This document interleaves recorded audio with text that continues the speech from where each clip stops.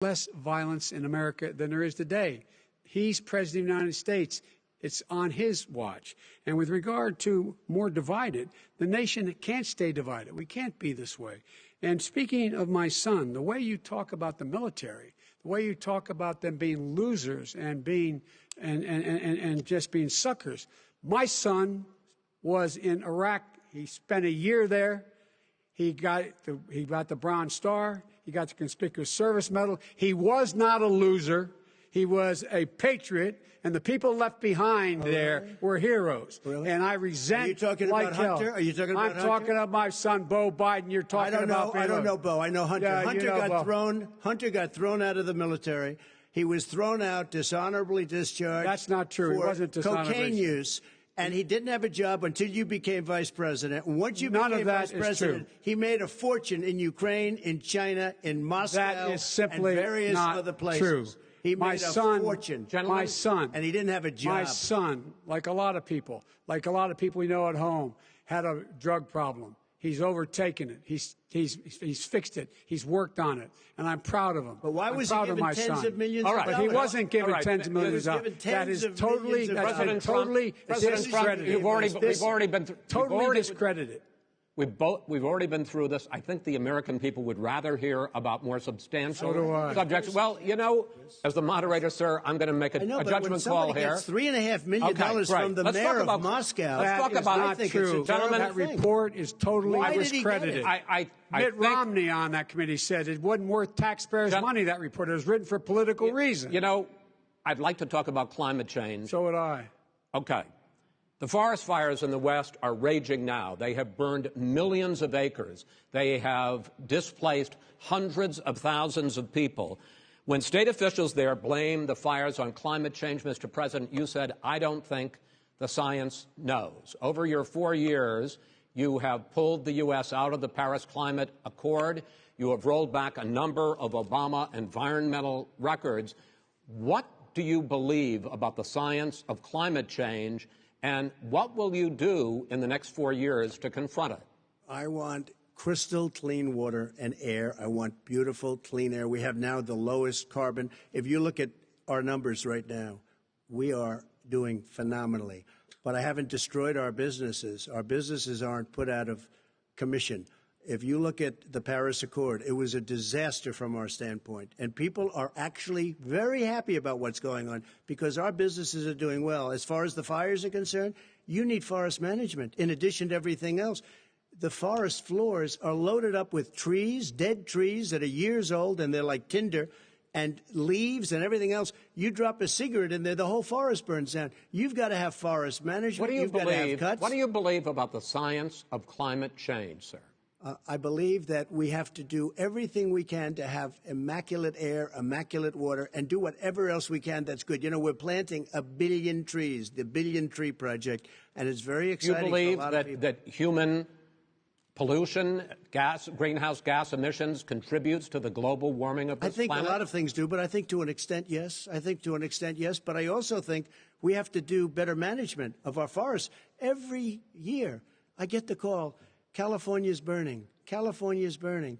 If that was cleaned, if you had forest management, good forest management, you wouldn't be getting those calls. You know, in Europe, they have forest cities. They're called forest cities. They maintain their forests. They manage their forests.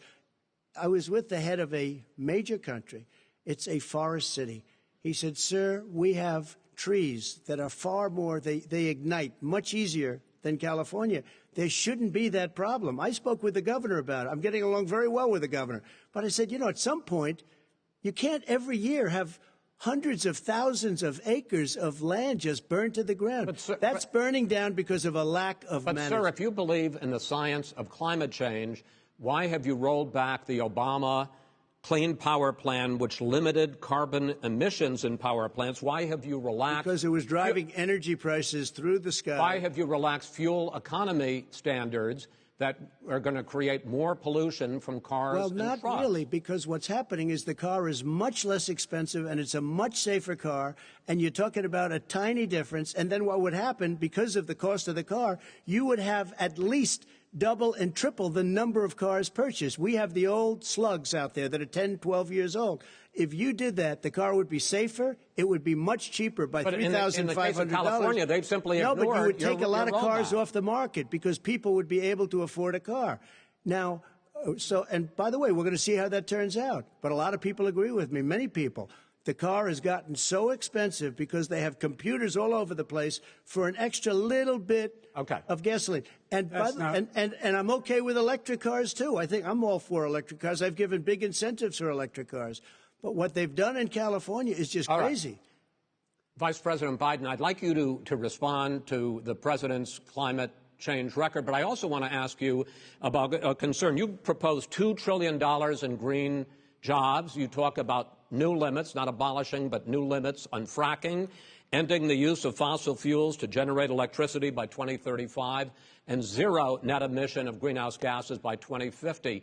The president says a lot of these things would tank the economy and cost millions of jobs. He's absolutely wrong, number one. Number two, if in fact, during our administration, the Recovery Act, I was in charge, able to bring down the cost of renewable energy to cheaper than or as cheap as coal and gas and oil. Nobody's going to build another coal-fired plant in America. No one's going to build another oil-fired plant in America. They're going to move to renewable energy, number one. Number two, we're going to make sure that we are able to take the federal fleet and turn it into a fleet that's run on their electric vehicles. Making sure that we can do that, we're going to put 500,000 charging stations and all of the highways that we're going to be building in the future. We're going to build an economy that, in fact, is going to provide for the ability us to take 4 million buildings and make sure that they, in fact, are weatherized in a way that, in fact, they'll emit significantly less gas and oil because the heat will not be going out. There's so many things that we can do now to create thousands and thousands of jobs. We can get to net zero in terms of energy production by 2035. Not only not costing people jobs, creating millions of good paying jobs, not $15 an hour, but prevailing wage, by having a new infrastructure that, in fact, is green. And the first thing I will do, I will rejoin the Paris Accord. I will join the Paris Accord because with us out of it, look what's happening. It's all falling apart.